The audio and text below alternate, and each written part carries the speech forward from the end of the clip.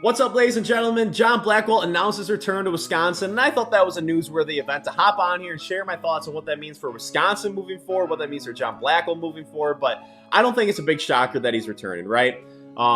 He wasn't invited to the NBA Combine, wasn't invited to the G League Combine, where I believe they invited about 40 guys who weren't invited to the NBA Combine. Well, didn't make either, and as soon as that came out, it was pretty obvious that he was going to return, because it just makes sense for his game to improve another year, and financially, it made more sense for him to return to Wisconsin than to play in the G League or whatever it would be.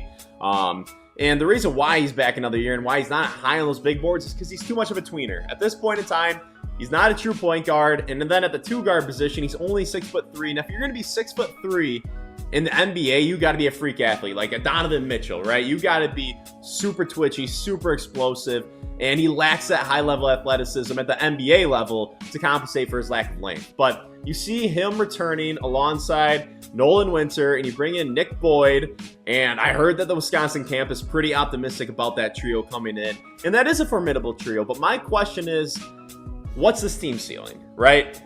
There's no slashing wing. There's no John Tonje coming out of that locker room, and you don't have like a rim protecting big. Maybe that can be Nolan Winter, right? Like, he's probably going to move over to the center spot. Rapp will be the four-man potentially, but maybe Winter could be that. But I think it would have been great for Wisconsin to get a true rim protector, shot blocker. Haven't had that in a while.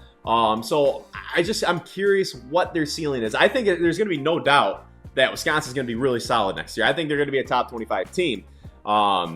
But the lack of those two things limits their ceiling, where Wisconsin, honestly, they haven't made a Sweet 16 since 2017. I mean, that's a long time ago now. Believe it or not, 2017, that's a long time ago now. So I do think that's on the table, but I question, like, how high of a ceiling. Can they get to a Final Four? I doubt it. But what gives me room for optimism is the fact that they potentially got two guys who could be first-team All-Big Ten guys. One is John Blackwell, obviously, with an expanded role. But two, and this one might sound like a bit of a stretch, but we've seen guys at the big man position, particularly guys from Minnesota, at Wisconsin, make big jumps between their sophomore and junior year, and that's Nolan Winter. If Nolan Winter can take a John Lure-like bounce from his sophomore junior year, and I'm not saying he's going to be Frank Kaminsky, but can take a big jump like Frank Kaminsky did from his sophomore and junior year, then maybe he will be a first-team All-Big Ten guy. Like, I think if Wisconsin's going to be at their best next year, Nolan Winter's the guy who's got to take that big jump. I question how big of a jump can John Blackwell make? Like, he's kind of a physically developed guy. Like, it's obvious Winter can add more weight. He can improve his shooting. His role is really going to expand because he had Tonje, Blackwell, a bunch of seniors. Like, Wisconsin didn't need him to do a ton on the court, like putting the ball on the ground, taking tough shots. That's just not what you need in his role last season. But they're probably going to need that to reach a high ceiling this year. So I'm excited to see what Nolan Winter does in the offseason. But Blackwell's a guy who's so physically developed, in his game a lot of the times depends on that physicality and that strength. I just wonder how much better he could get. I'd like to see him improve his shooting.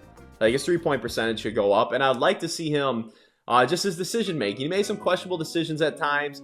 Like, some of his instincts I thought could have been a little bit better this past year after a really impressive freshman season, instincts-wise, I thought. But those are my questions. And then I don't know how good Nick Boyd will be. Like, I think he's going to be pretty good. I bet he averages more points per game at Wisconsin than he did San Diego State. But if Nolan Winter can take that big jump, then we're talking about Wisconsin having a really high ceiling. But that's a big ask. That's a big ask for Winter to make that kind of jump. But there is room for optimism. It's a huge dub to get Blackwell back. And I also want to address, when I talk about slashers, Blackwell can slash at times, but I don't consider him a lengthy, athletic slasher who can elongate a lot. It's more like I said before, getting downhill through his defender like a bruiser.